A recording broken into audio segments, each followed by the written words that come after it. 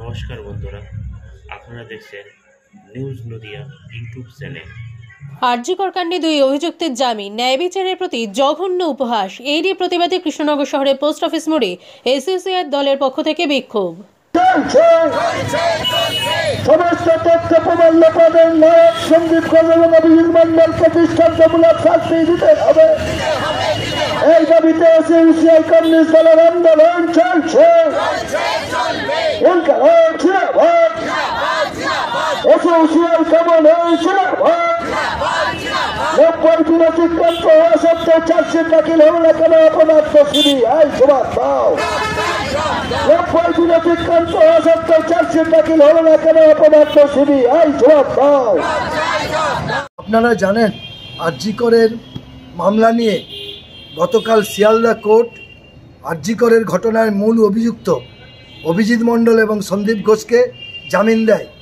এই ঘটনা আমরা মনে করি অত্যন্ত নিন্দনীয় এবং তাকে ধিক্কার জানিয়ে আজকে আমাদের এই সভা।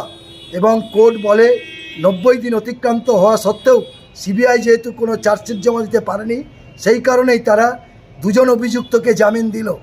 আমরা অবিলম্বে দাবি করছি যাতে সিবিআই সাপ্লিমেন্টারি চার্জশিট দাখিল করে এবং 90 দিন ধরে এই যে সিবিআই চার্জশিট দিতে পারলো না, আমি এটা মনে করি আমরা এটা কেন্দ্র এবং রাজ্য সরকারের একটা অশুভ আতা, যার ফলেই আজকে কোর্ট সিবিআই চার্জশিট দিল না এবং কোর্ট অভিযুক্তদেরকে জামিন দিত।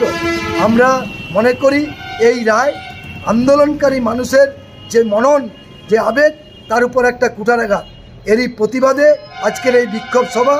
আমরা দাবি করছি সিবিআইকে অবিলম্বে সাপ্লিমেন্টারি চার্জশিট জমা দিতে হবে, মূল অভিযুক্ত সন্দীপ ঘোষ এবং অভিজিৎ মণ্ডলকে গ্রেপ্তার করে দৃষ্টান্তমূলক শাস্তি দিতে হবে।